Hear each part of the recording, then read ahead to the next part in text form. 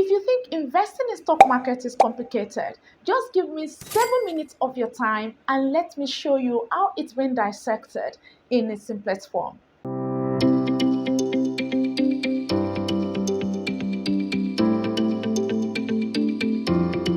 I know a lot of people are worried about financial terms. That is why Robust Wallet is here to actually make it simple for you. So, without wasting your time, let's dive in. The first thing to know or to be concerned about is what is stock. The simplest way to define stock is a way of raising capital by companies or corporations through the issues and subscriptions of shares.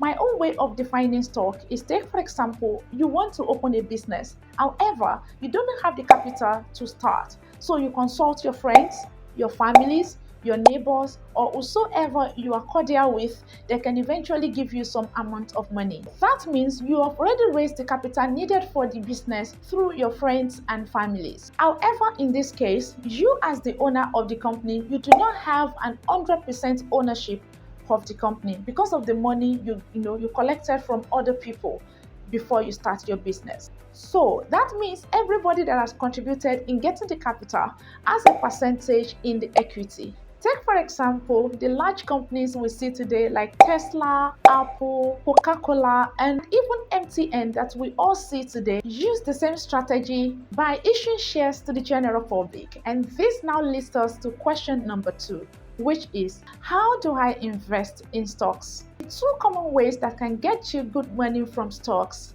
is through dividends, as some of us know, and the second one is through capital gains. So let me start by giving you simple analysis to the dividend option.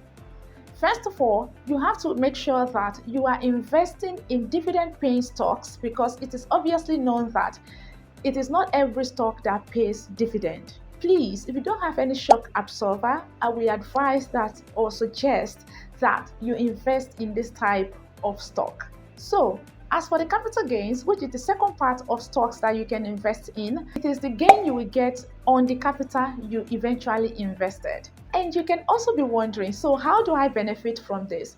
The simple way is just to invest when the prices of the stocks are down and sell it off when the prices go up. So with this, I am very sure you know that it is important that we know the type of stocks to invest in, which are actually very many, but technically and broadly speaking, they can be categorized into 2, which are blue chips and growth stocks. So the best practice to consider before you can rightly choose what type of stock to invest in is that you need to consider whether you want to invest long term or short term. The next thing is how you want to make the money.